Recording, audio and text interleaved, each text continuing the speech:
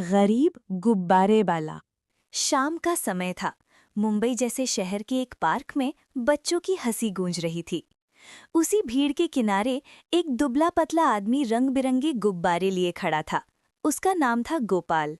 गोपाल जोर से आवाज लगाता। आओ बच्चों, आओ। लाल, नीले, पीले गुब्बारे, गुब्बारे ले लो। तभी एक छोटा बच्चा अपने पिता के साथ आया और बोला। पापा, पापा, मुझे वो लाल वाला गुब्बारा चाहिए। पिता ने मुस्कुराते हुए पूछा। भैया, कितने का है ये गुब्बारा? साहब, सिर्फ 10 रुपए का है। बच्चा खुशी से उछल पड़ा। पापा, जल्दी लो ना गुब्बारा। पिता ने पैसे दिए और बोले। लो भैया, एक गुब्बारा दे दो। गोपाल ने गुब्बारा देते हुए कहा। लो बेटा, इसे संभाल के रखना, कहीं उड़ ना जाए। ठीक है अंकल, मैं इसे कभी नहीं छोड़ूंगा। गोपाल ने धीरे से खुद से कहा। काश मेरा चिंटू भी इतना खुश होता। रात को गोपाल अपने छोटे से झोंपड़े में पहुंचा। चिंटू दौड़ते हुए आया और बोला। बाबा आ गए, बाबा आ गए। गोपाल ने थके हुए स्वर में पूछा। मेरे बेटे ने आज क्या क्या किया? चिंटू थोड़ा हिचकिचाया, फिर बोला। बाबा, मास्टर जी ने कहा है कि कल नई किताब लानी होगी। गोपाल ये सुनकर चुप हो गया। गौरी ने धीमी आवाज में पूछा। आज कितनी कमाई हुई? गोपाल ने जेब से सिक्के निकालते हुए कहा। बस इतनी ही हुई हैं। आज ज्यादा गुब्बारे नहीं बिके। चिंटू ये देखकर तुरंत बोला। कोई बात नहीं बाबा, मैं पुरानी किताब से ही पढ़ लूंगा। गोपाल की आवाज भर आई। नहीं बेटा, ऐसा मत बोल। तू पढ़ेगा और खूब पढ़ेगा। लेकिन बाबा, पैसे? पैसों की चिंता तो मत कर बेटा, वो मैं देख लूंगा। तुम बस पढ़ाई पर ध्यान देना। गौरी ने चिंतित होकर कहा। लेकिन कैसे? घर का खर्च ही मुश्किल से चल रहा है।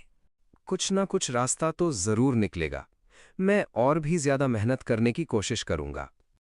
रात को सब सो गए, लेकिन गोपाल जाग रहा था। वो खुद से बुदबुदाया। कब तक ऐसे ही गुब्बारे बेचता रहूंगा मैं? क्या चिंटू का भविष्य भी ऐसा ही होगा? नहीं, अब कुछ बदलना होगा। मुझे कुछ बड़ा करना ही होगा। अगली सुबह गोपाल जल्दी उठ गया। गोपाल को इतनी जल्दी उठता देख गौरी ने आश्चर्य से पूछा। आज इतनी जल्दी क्यों उठ गए? क्योंकि आज से नई शुरुआत करूंगा। सिर्फ गुब्बारे बेचकर घर नहीं चलेगा। गौरी ने हैरानी से पूछा। लेकिन क्या करोगे पो? गोपाल ने गहरी सांस ली और कहा। पार्क में हर रोज इतने बच्चे आते हैं, सिर्फ गुब्बारे ही नहीं, उन्हें कुछ और भी चाहिए होगा, जैसे खिलौने, सीटी, छोटी छोटी चीजें। अगर मैं ये सारे सामान थोड़ा थोड़ा करके बेचूं, तो कमाई बढ़ सकती है। वो तो ठीक है, लेकिन उसके लिए पैसे कहाँ से आएंगे? गोपाल थोड़ी देर चुप रहा, फिर बोला। मैं रामलाल से उधार मांगने जाऊंगा, शायद वो मदद कर दे। थोड़ी देर बाद गोपाल अपने पुराने दोस्त रामलाल की दुकान पर पहुंचा। रामलाल ने गोपाल को देखते ही पूछा। अरे भाई गोपाल, आज इतनी जल्दी सुबह सुबह कैसे आना हुआ? गोपाल ने हिचकिचाते हुए कहा। भाई, वो मुझे थोड़े से पैसों की जरूरत है। मैं अपना काम बढ़ाना चाहता हूँ।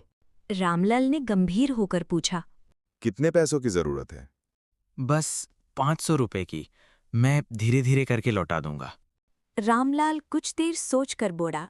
ठीक है, मैं तुझ पर भरोसा करता हूँ इसलिए पैसे दे रहा हूँ, लेकिन मेहनत पूरी लगानी होगी। धन्यवाद भाई, बाकी तो फिक्र मत कर। मैं मेहनत करने में कोई कमी नहीं छोड़ूंगा और तेरे पैसे समय पर लौटा दूंगा।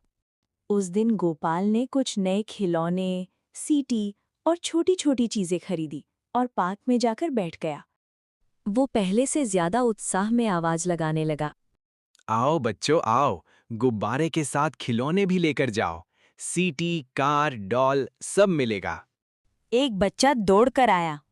अंकल, ये छोटी कार कितने की है? सिर्फ 20 रुपए की है बेटा।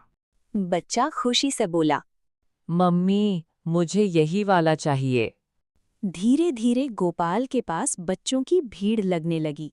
आज उसकी बिक्री पहले से कहीं ज्यादा हो रही थी। गोपाल मन ही मन बोला। शायद यही वो रास्ता है जिससे चिंटू की परवरिश अच्छे से हो पाएगी और वो अच्छे से पढ़ पाएगा। शाम को जब वो घर लौटा, उसके चेहरे पर थकान के साथ खुशी भी थी। चिंटू दौड़ते हुए आया और पूछा, बाबा, आज मेरे लिए क्या लाए? आज तेरे लिए खुशखबरी लाया हूं। गौरी ने उत्सुकता से पूछा। क्यों, ऐसा क्या हो गया आज? गोपाल ने जेब से पैसे निकालकर दिखाए। आज पहले से 2 गुनी कमाई हुई है। चिंटू खुशी से उछल पा। सच में बाबा? हाँ बेटा, और कल तेरी नई किताब भी खरीदेंगे। शुक्रिया बाबा, मैं बहुत मेहनत से पढ़ाई करूंगा। गौरी की आंखों में भी खुशी के आंसू थे। लगता है हमारी किस्मत बदलने लगी है। ये तो बस शुरुआत है गौरी, अभी तो हमें बहुत आगे जाना है। लेकिन गोपाल को ये नहीं पता था कि आगे आने वाली मुश्किलें उसकी इस नई शुरुआत की असली परीक्षा लेने वाली थीं। कुछ दिनों तक सब अच्छा चलता रहा, लेकिन एक दिन अचानक मौसम खराब हो गया। तेज बारिश और आंधी के कारण पार्क खाली रहने लगा। गौरी ने चिंतित होकर कहा, गोपाल, अगर ऐसे ही चलता रहा तो फिर से हमारी वही हालत हो जाएगी। गोपाल ने शांत रहते हुए कहा, तुम घबराओ मत गौरी, मैं हार नहीं मानूंगा। अगले दिन वो पास के स्कूल के बाहर जाकर खड़ा हो गया। छुट्टी होते ही बच्चों की भीड़ निकलने लगी।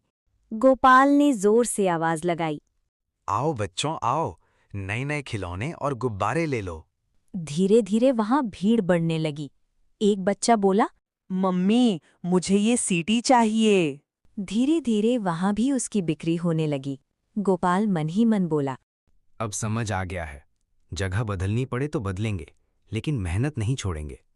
कुछ महीनों में गोपाल ने थोड़ा थोड़ा पैसा बचा लिया और एक छोटा सा ठेला खरीद लिया। गौरी ने खुश होकर कहा, अब तो हमारा खुद का ठेला भी हो गया। हाँ, अब हमें कोई नहीं रोक सकता। तभी चिंटू गोपाल को देखते हुए बोला, बाबा, मैं बड़ा होकर खूब ज्यादा मेहनत करूंगा और आपका नाम रोशन करूंगा। गोपाल की आंखों में खुशी के आंसू आ गए। बस बेटा, तुम्हारे मुंह से मैंने ये बात सुन ली, यही मेरी सबसे बड़ी कमाई है।